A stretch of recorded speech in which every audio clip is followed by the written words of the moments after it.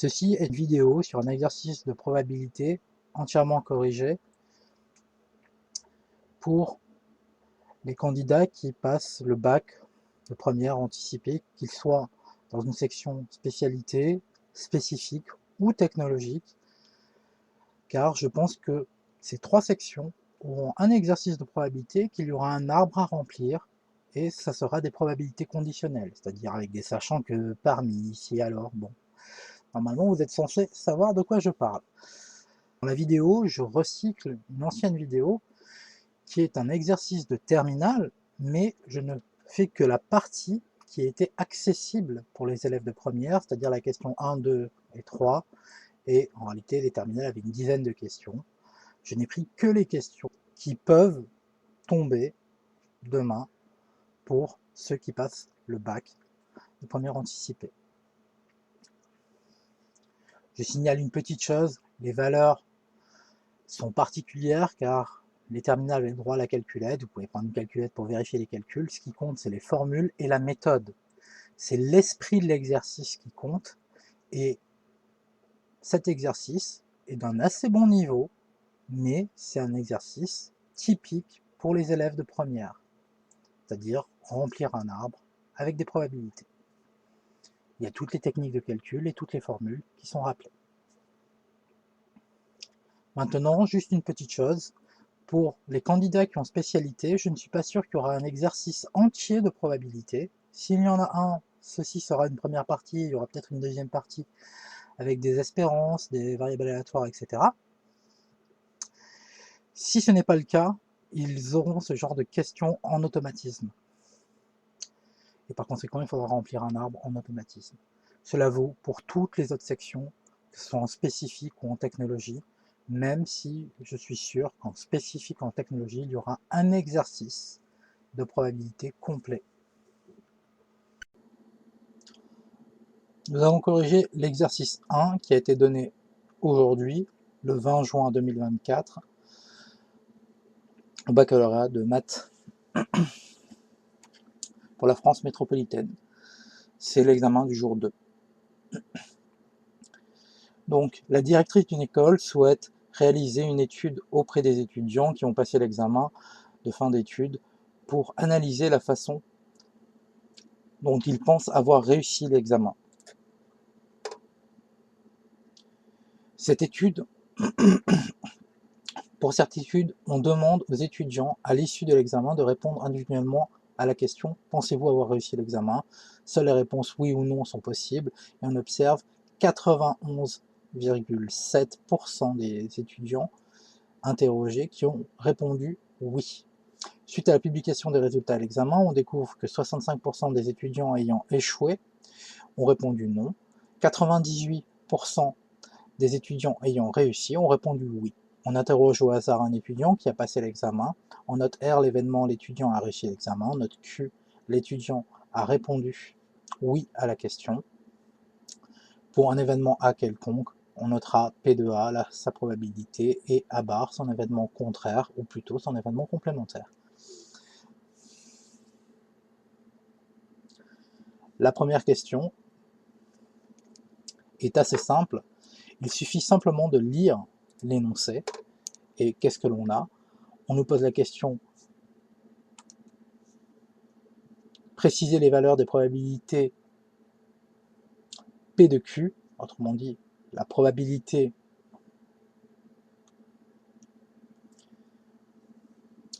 d'avoir répondu oui, et P de Q bar sachant R bar, autrement dit, la probabilité d'avoir répondu non, sachant que l'on n'a pas réussi.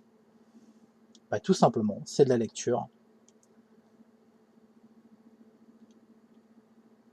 Il suffit juste de regarder ici. On observe que 91,7% des étudiants interrogés ont répondu oui. P de Q égale 0,917. Il suffit de convertir le pourcentage. P de Q bar, sachant R bar, bah là encore, il suffit de lire l'énoncé. Ça signifie quelle est la probabilité d'avoir répondu non, sachant que l'on n'a pas réussi. 65% des étudiants ayant échoué, donc pas réussi, ont répondu non. Autrement dit, P de Q bar sachant R bar est égal à 0,65. Pour être clair, une petite rédaction, pas de mal, P de Q est, vous voyez, une petite rédaction très rapide. P de Q est la probabilité qu'un étudiant réponde oui, d'après l'énoncé. 91,7% des étudiants ont répondu oui, donc P de Q égale 0,917. Et on fait exactement la même chose avec P de Q bar sachant R bar. Vous pouvez utiliser cette notation ou la notation qu'il y a dans l'énoncé. Les deux sont valides. Faire attention, l'ordre d'écriture change. Et c'est fini pour la première question. La question numéro 2 de l'exercice 1 nous proposait de remplir cet arbre par rapport à l'exercice proposé. Premièrement, P de R. Alors je vais remplir d'abord juste avec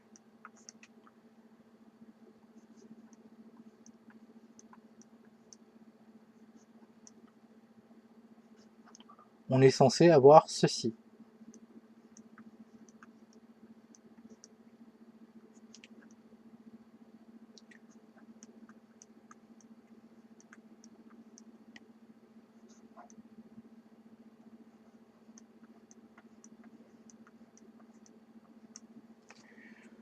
C'est assez facile et on sait que si on multiplie ceci par ceci, on obtient P de Q inter R. Et ainsi de suite pour les trois autres probabilités. Maintenant, on va remplir directement par les valeurs d'après l'énoncé. P de R bar, c'est 1 moins P de R, par conséquent, ici, j'ai 1 moins X. P de Q sachant R, d'après l'énoncé, c'est 98%. 98% des étudiants ayant réussi ont répondu oui, par conséquent, on a 0,98 ici. C'est compensé par P de Q bar sachant R, puisque P de Q sachant R plus P de Q bar sachant R égale 1. Ensuite, P de Q bar sachant R bar est égal à 0,65. Là aussi, ça c'est dit dans l'énoncé. Et de la même façon, on compense. Et par conséquent, on a 0,35. L'arbre est rempli. La question 2b nous proposait de démontrer que x était égal à 0,9. Il suffit tout simplement d'utiliser le théorème des probabilités totales de Bayes. Et ici, d'utiliser le fait que P de R fois P de Q sachant R est égal à P de R inter Q et que P de R bar fois P de Q sachant R bar est égal à P de R bar sachant Q. Comme R et R bar forment un système complet d'événements ou une partition de l'univers, on pouvait utiliser le théorème de probabilité totale de Bayes. Ce qui nous donnait ce calcul-là. Si on voulait préciser que R et R bar formaient une partition de l'univers, on pouvait tout à fait écrire R bar union R est égal à oméga et R inter R bar égale l'ensemble vide, ou plutôt l'événement impossible, ici. Une fois qu'on était là, on remplissait avec les valeurs données et avec l'inconnu x, et par conséquent, on se retrouvait à résoudre une équation d'assez bas niveau, à peu près 3e, en fin de calcul. Vous pouviez ici, si vous le souhaitez, si vous avez eu un peu de mal, renverser l'équation gauche-droite, mais bon, c'est assez basique. Finalement, trouver. 0,9. La question 3, on nous demandait, l'étudiant interrogé a répondu oui à la question, quelle est la probabilité qu'il ait réussi à l'examen? C'est un grand classique, on doit renverser un sachant que, et on appelle ça parfois la formule de réversibilité. Pour faire ceci, tout simplement, on utilise cette formule-là. Or, P de Q était donné dans l'énoncé, c'était 0,917. P de R, on venait de le calculer, et ça faisait 0,9 à la question précédente. Et P de Q sachant R, c'était aussi donné dans l'énoncé. Par conséquent, on obtenait le résultat 0,962. Ainsi, la probabilité qu'un étudiant ayant répondu oui à l'examen et réussi à l'examen, est d'environ 0,962, soit environ 96,2%.